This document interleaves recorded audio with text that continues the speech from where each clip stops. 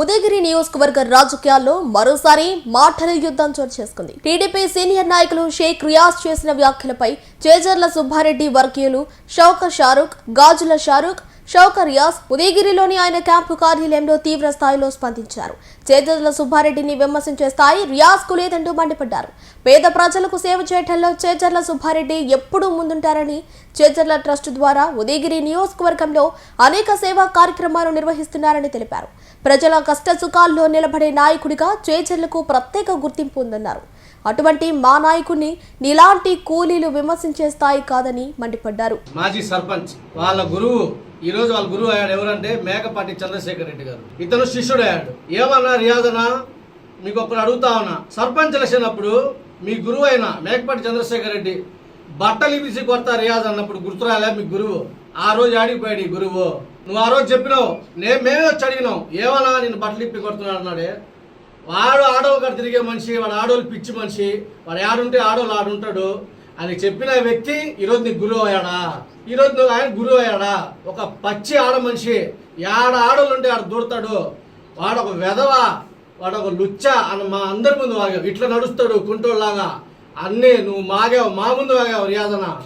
ఈరోజు నీకు వాడు ఆ మనిషి మేకపాటి చంద్రశేఖర్ గారు గురువు అయ్యారా? నువ్వు ఒక శిష్యుడు అయ్యావు ఆయనకి. నిన్న ఏం మాట్లాడతాడంటే, నీ స్థాయి తెలుసుకో, అసలు నీ స్థాయి ఏంది? డబ్బు ఉందని బల్ప. నీ స్థాయి ఏంది? ఒక చిల్లర స్థాయి ఇచ్చేసావు నువ్వు. నిన్న ఒక చిల్లర స్థాయి ఇచ్చేసావు, డబ్బుగా అమ్ముడు పోయావు. బట్టలు తీసి కొడతాడు అదే మాట అనుంటే సగం మీసం కట్ చేసుకునే ఆ డబ్బుకి నేను అమ్ముపోయాను. ఇది కాదు, మాది పక్కా రాజకీయ కుటుంబం. నువ్వు అసలు పనిమిలాగా పనిచేసావు రియాజన. ఈరోజు నీకు మర్యాద పోయింది. నువ్వంటే మాకు ఎంతో గౌరవంగా ఉన్నింది. డబ్బు విషయం చెప్పినావు, డబ్బు చూసి బల్పా. నీ గురువు ఎవరైతే మేకపాటి చంద్రశేఖర్ రెడ్డి గారు కూరగాయల మార్కెట్ లాగా 10,000 అమ్ముకుని డబ్బులు సంపాదించాడు. మా సుబ్బారెడ్డి గారు నాకు రాజకీయాల్లో మా నాన్నంత సమానం. మా నాన్నకి చెప్పినావు నువ్వు. ఈరోజు సుబ్బారెడ్డి గారు బెంగళూరుకి వెళ్ళి స్వయంగా కృషితో ఈరోజు వందల మంది సహాయం చేస్తా, మాకే ఎవరికేలా మాకే చేసుకుంటా, మాలో మీకు ఎవరికేమున్నా నేనున్నాను, ఒక ఆపదగా నిలబడి ఒక గొప్ప మహానుభావుడు, మా తండ్రి లాంటి మనిషిలాగా మేము భావిస్తున్నామంటే ఆయన మాకు ఎంత పెద్దో మీరే ఆలోచించాలని అడుగుతా ఉన్నా. నువ్వు డబ్బు గురించి మాట్లాడతావా?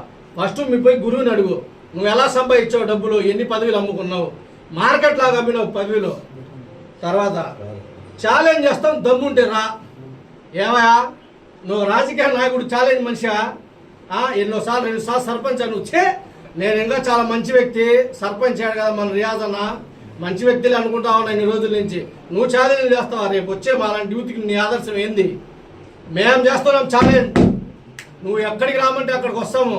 కానీ మాకు పెద్ద పెద్ద ఛాలెంజ్లు, మేము నీతి నిజాయితీకి వస్తాం రాజకీయంకి. నీలాగా మందు తాగేసి నువ్వు నిన్న ఎంత పేమెంట్ వెళ్ళింది అంటే 40,000 రూపాయలు తీసుకున్నావు. మాకు నీతో తిరిగే వాళ్ళే సొంతంగా చెప్పారు. నువ్వు ఈరోజు నెల్లూరుకి వెళ్ళున్నావు. నిన్న నువ్వు 40,000 రూపాయలు శాంతికుమార్ అమ్మ మేడం నుంచి ఫోన్పే వచ్చింది నీకు. నువ్వు 40,000 రూపాయలు తీసుకొని మా గురువు గారిని ఎలా పడితే అటు తిత్తున్నావునా? ఈరోజు నిన్ను అరేత్తులే అని అనొచ్చు నేను, కానీ ఒక మర్యాద, ఒక విషయము, నన్ను కేవలం మా గురువు గారు సారు తిట్టకుండా మాట్లాడమ్మా, మనకు అవసరం లే, నాయనేందో నాకు తెలుసు, నువ్వేందో నీకు తెలుసు అని చెప్పిన వ్యక్తి చేయాల సుబ్బారెడ్డి గారు. ఏమయ్యా లంగా రాజకీయం మానుకోవాలా? ఆ కూరగాయలాగా 10,000 అమ్ముకు ఆయనకి చెప్పు. ఈరోజు 4 తూర్లు ఎమ్మెల్యే అయ్యాను, నువ్వు ఆయన శిష్యుడయ్యావు. 4 తూర్లు ఎమ్మెల్యే అయినాక వెన్నక భుజం వెన్నలాంటిగా కాపాడిన వ్యక్తి చేజర్ల సుబ్బారెడ్డి గారు. నీకు ఆర్థికంగా కానీ నీకేమైనా అవసరం కానీ సుబ్బారెడ్డి అన్న వెనకుండి ఈరోజు ఎవరికి కనిపించకుండా నిన్ను ఉదిగిరి నియోజకవర్గంలో, ఉదిగిరి మండలంలో ఒక స్థాయి మనిషిగా నీ వెనకాలుండి నిన్ను ఒక స్థాయికి ఎదిగిస్తే, నువ్వు ఈరోజు మా అన్నకి ద్రోహం చేసి నువ్వు పార్టీలు అమ్ముకుంటున్నావు, నువ్వు 10,000 అమ్ముకుంటున్నావు. నువ్వు లుంగి రాజకీయం చేస్తా ఉంది, నువ్వు లుంగి రాజకీయం చేస్తా ఉంది. నువ్వు ఫస్ట్ అది మానుకో. లంగా రాజకీయం నువ్వు చేస్తా ఉంది. మా అన్న రామరాజ్ కాటన్ లుంగి రాజకీయం చేస్తా ఉంది. మీసం తిప్పి చెప్తా ఉన్నా ఈ సభ ద్వారా, నువ్వు లుంగి రాజకీయం చేస్తా ఉన్నావు. ఇంకోటి, ఇంటి మీద ఉండేవాళ్ళము. ఏందయా ఇంటి మీద? ఏమయ్యా ఒక రాజకీయ, మీరు చెప్పండి అన్న, ఒక రాజకీయ నాయకుడు, ఒక సర్పంచ్ ఉన్న నాయకుడు, వాళ్ళ తండ్రి గారు ఎంత మంచి పేరు, ఆ నాయకుడు మాట్లాడే మాట ఇది ఇంటి మీద వచ్చావని మీరు చెప్పండి, అది ఎంతవరకు న్యాయం? ఇది ప్రతి ఒక్క ఉదిగిరి ప్రజలు గమనిస్తా ఉన్నారు. నువ్వు నేను ఎట్లా మాట్లాడావు, ఎట్లా నోరు జారిపోయావు రియాజన. ఇది నీకు ఖచ్చితంగా రాబోయే రోజు రాజకీయాల్లో ఇది నీకు ఎదురు దెబ్బ తగులుతుంది. ఏ రోజు మేము నీ జోలికి రాలా. నువ్వు ఈరోజు మా బాస్ మీదకి వచ్చినావు, దైవ శాస్త్రి చెప్తా ఉన్నా. నువ్వు ఏ విషయంలో పో పేరు దాంట్లో మా విషయం ఉంటుంది. ఈరోజు నుంచే ఖచ్చితంగా నేను వదిలేది ఉండదు. నువ్వు ఇంటి మీదకి వచ్చే అంత సినిమా నీకు లేదు. ఫస్ట్ ఆ మాటలు మానుకోనా దయచేసి. నేను ఈరోజు ఆ స్థాయి మాట్లాడిన ఇంటి మీదకి వస్తాను అని నేను చెప్పను. నువ్వు ఒక రాజకీయ నాయకుడివి, ఉదగిరిలో ఎంతోమందిని ఓట్లు ఇచ్చి గెలిపించిన వ్యక్తివి. నువ్వు ఆ మాట్లాడటం చాలా తప్పు. ఈరోజు దాన్ని నేను గట్టిగా ఖండిస్తా ఉన్నా. ఏమన్నా ప్రతి ఒక్కరికి తెలుసా ఉదగిరిలో బట్టలు తీసుకొడతానన్నాడు. అలాంటి మనిషి ఈరోజు గురువు ఎట్టాడన్నా. ఆయన మీద కేసులు పెడితే మా గురువు గారికి, నాకు తండ్రితో సమానమైన వ్యక్తి సుబ్బారెడ్డి గారికి కాల్ చేసి, సార్ ఆ మేకపట్టి చంద్రశేఖర్ రెడ్డి అన్న నా మీద కేసు పెట్టాడు, నన్ను కాపాడండి, ఎంతో కొంత ఆర్థిక సాయం చేయండి అని చెప్పి 1కి 4 సార్లు మా గురువు గారు ఆర్థికం చేస్తే ఈరోజు నువ్వు నవాబులాగా పుట్టి అది కూడా నీకు విశ్వాసం లేకుండా పోయినావే. మాకు సిగ్గుచాట వస్తుంది నా ప్రెస్ మీట్ మాట్లాడుతూ ఉండే. అంత మంచి సాయం చేసుకొని మా అన్న దగ్గర నువ్వు ఇదే మాట్లాడేదే. నీ స్థాయి ఏంది ముందు అది తెలుసుకో. నువ్వు మాకు చెప్పేది కాదు, నీది అయిపోయింది క్లోజ్. కబర్దారు గోడ మీద పిల్ల. నువ్వు గోడ మీద బల్లి గట్ట కొత్త చచ్చిపోయిందనా? ఏమన్నా బల్లి గట్ట కొత్త చచ్చిపోయింది. మా గురు పులి యాడికి పోయినా ఆయన ఇంకా రాజకీయం స్టార్ట్ చేయాలా. మళ్ళా చెప్తా ఉన్నా నీకు రియాజ్ భాయ్, మా సుబ్బారెడ్డి అన్న ఇంకా రాజకీయం స్టార్ట్ చేయాలా. ఓన్లీ వెనకాల తిరిగి ఒక మోసపోయిన మా వ్యక్తి మా అన్న.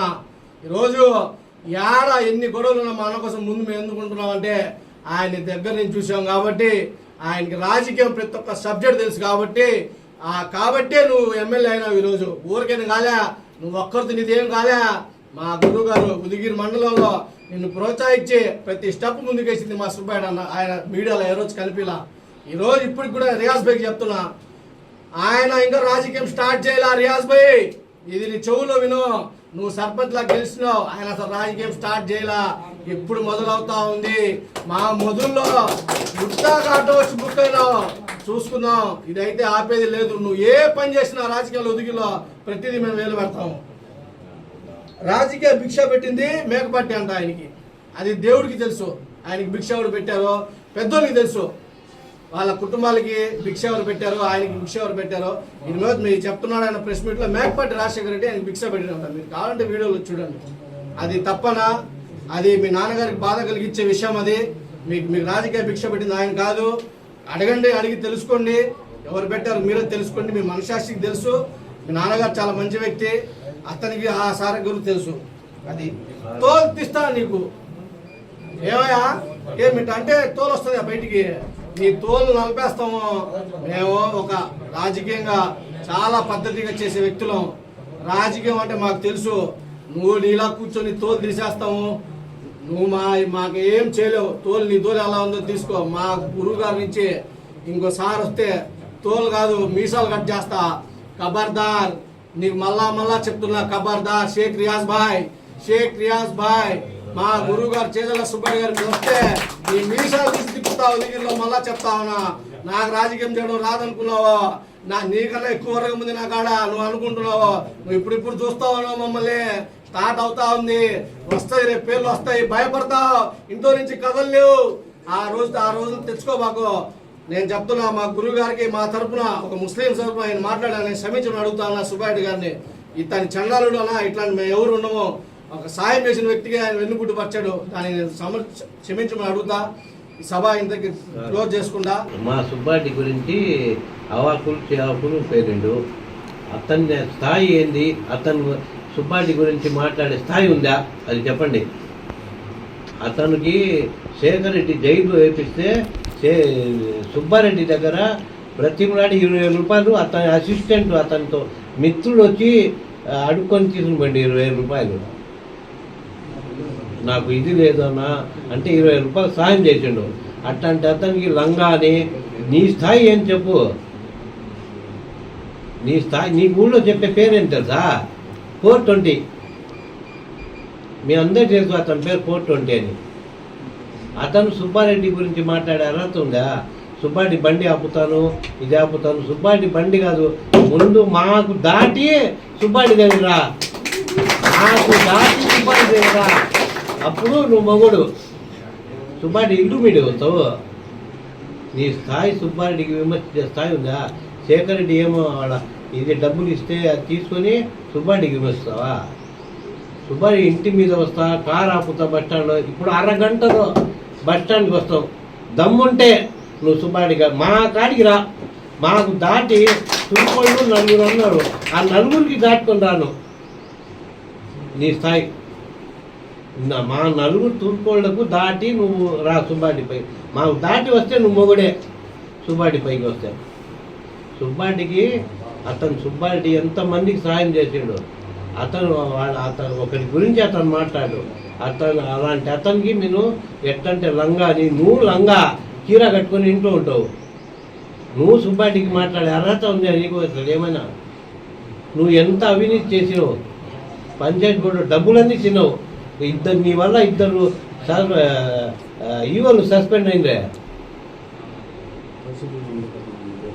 ఇద్దరు అధికారులు సస్పెండ్ అయినా నీ వల్ల. సర్పంచ్గా చేసి పంచాయతీ డబ్బులన్నీ తిన్నావు. నీకు దమ్ము ఉంటే ఇప్పుడు చెప్తున్నావు, అరగంటలో బస్ స్టాండ్కి వస్తాం. నీకు ఏమైనా ఉంటే మా తుర్కోళ్ళ మీదికే రా. ఆ తర్వాత సుబ్బారెడ్డి పైకి పోదు. అప్పుడు నువ్వు మొగడు. నువ్వు 4 రూపాయలు డబ్బులు ఎవరిస్తే వాళ్ళ దగ్గరికి పోయి మాట్లాడుతావు. నీ సంగతి ఊళ్ళో ప్రతి బస్ స్టాండ్లో బంకు అన్నీ తెలుసు నీ బతుకు. ప్రతి బంకులో నీ సంగతి చర్చించుకుంటున్నారు. సుబ్బారెడ్డి దగ్గర డబ్బులు తీసుకొని నువ్వు సుబ్బారెడ్డికి విమర్శిస్తున్నారు. ఆయన ప్రజలు నవ్వుకుంటున్నారు బస్ స్టాండ్లో. ఏందిరా ఇది అని, మా కర్మ ఏందిరా? సుబ్బారెడ్డి దగ్గర సాయం చేసుకుని అతన్నే తీసుకున్నాడు. మీ ఫ్యామిలీ మంచిది, మీ ఫాదర్ వాళ్ళు నీ వల్ల చెడిపోతుంది.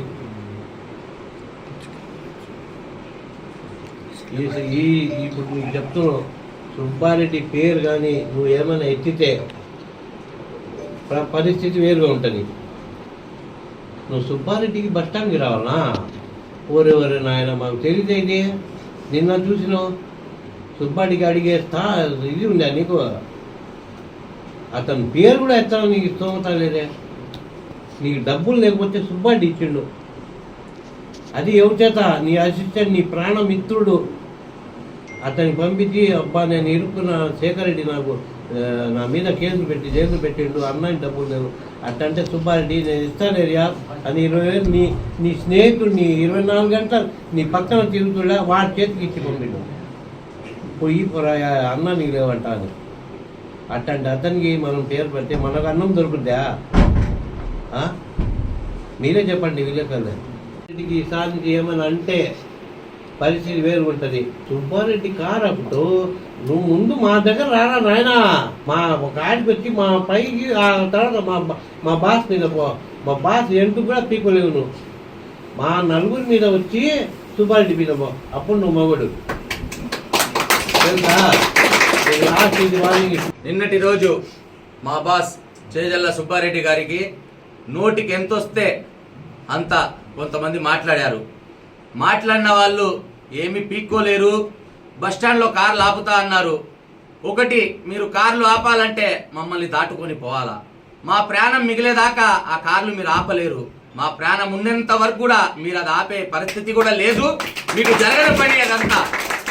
ఇంటికాడికి వస్తాం, అది చేస్తాం, ఏదో లంగా రాజకీయాలు అన్నారు. మీ శేఖర్ రెడ్డి గారికే తెలుసు, మీ గురువు గారు అని చెప్పారు కదా, ఎవరు లంగానో ఎవరు లుంగినో మీకే తెలుసు. అవినీతి చేయలేదు అన్నారు సుబ్బారెడ్డి గారు. మళ్ళీ ఆయన మీద ఎందుకు మీరందరూ ఈ మాటలన్నీ మాట్లాడటము? ఎంతో మందికి సాయం చేస్తున్నాడు, ఎంతో మంది పిల్లలకి ఆపరేషన్లు అవుతుంటే డబ్బులు ఇచ్చున్నాడు, ఎంతో మందికి ఖర్చులకి సొంత నిధులు పెట్టున్నాడు మా అన్న చేజల్ల సుబ్బారెడ్డి అన్న. అలాంటి వ్యక్తికి ఈరోజు నడిప రోడ్లో బస్ స్టాండ్ లో ఆపుతారంటే ఈడ ఎవ్వరు ఏమి కాముగా లేరు. ఎంత దూరమైనా పోయేదే మా సుబ్బారెడ్డి అన్న కోసం. మేము ప్రాణం వేయడానికైనా సిద్ధం. ఆయన పేరే, ఆయన టాటోనే ఇప్పటికి కూడా సిఎస్ఆర్. ఆయన అంటే పిచ్చి ప్రేమ. ఎందుకంటే పార్టీలతో మాకు సంబంధం లేదు. ఈడ ఏ పార్టీ కూడా మాకు సంబంధమే లేదు. సుబ్బారెడ్డి అన్న కోసం చచ్చిపోతాం, ఎంత దూరమైనా వస్తాం. ఇంకొక మాట కూడా చెప్తున్నాం, కార్లు ఆపేది ఉంటే ఇప్పుడే మేమే అరగంటలో కార్లు తీసుకొని వస్తాం. మా కార్లే ఆపుకోండి, మా కార్లే ఆపుకోండి. మేము ఇదే ఉదగిరిలో పుట్టాం, ఇదే ఉదగిరిలో పెరిగాం, ఇదే ఉదగిరిలో రేపటి రోజు మట్టిలో కలిసిపోయే వాళ్ళమే. మీరు కూడా ఉదిగిరే, మేము కూడా ఉదిగిరే. ఒక స్థాయి గురించి మాట్లాడేటప్పుడు ప్రతి ఒక్కరి స్థాయి కూడా తెలుసుకోవాలి, అందరూ బాగుండాలి అని చెప్పుకోవడమే తప్ప అందరితో కలిసిమెలిసి ఉంటే రేపటి రోజు రాజకీయ భవిష్యత్తు కూడా అందరికి బాగుంటుందని కూడా ఈ ప్రెస్ మీట్ ద్వారా తెలియజేస్తున్నట్టే. నోటికి ఏది వచ్చే అంటే తాగేసి మాట్లాడినావు లేకుంటే మామూలుగా మాట్లాడి తెలియటం లే. నీ స్థాయి ఏంది? చేజర్ల సుబ్బారెడ్డి అంటే ప్రతి ఒక్కరికి సహాయం చేసే మనిషి. చేజర్ల సుబ్బారెడ్డి స్థాయి MLA, MP, minister, chief minister వాళ్ళ స్థాయి. నీ స్థాయి ఏంది? చేజర్ల సుబ్బారెడ్డి విమర్శే స్థాయి నీది కాదు. ఏ అవాకులు చేపలు పేలితే ఇక్కడ ఎవరు భయపడే వాళ్ళు ఎక్కడ లేరు. కారు ఆపుతా, ఇంటి మీదకి వస్తా, చేసే దమ్ము ఉంటే చెప్పాలా. నీ స్థాయి అది కాదు. నేను కూడా వాగుతా కాకల సురేష్ ఇంటికాడికి పోతానని, అవుతుందా? కాకల సురేష్ కూడా ఎంతో మంచి వ్యక్తి, ఇలాంటి రాజకీయాలు అతను కూడా లేడు. నువ్వే ఈరోజు కాక రేపిచ్చినావు. అందుకని మన స్థాయి మర్చిపోకుండా మన స్థాయిని మనం ఎదగాల, మనం నలుగురిలో మంచిగా ఉండాలా, మన స్థాయి మనం చూసుకొని ప్రవర్తించాలా. చవాకుతులు ఏమంటే అవి మాట్లాడితే చెల్లేవి కాదు. అది ఈడెవరు పిచ్చోడు అయిపోయినాడు అనుకుంటారు మనుషులు.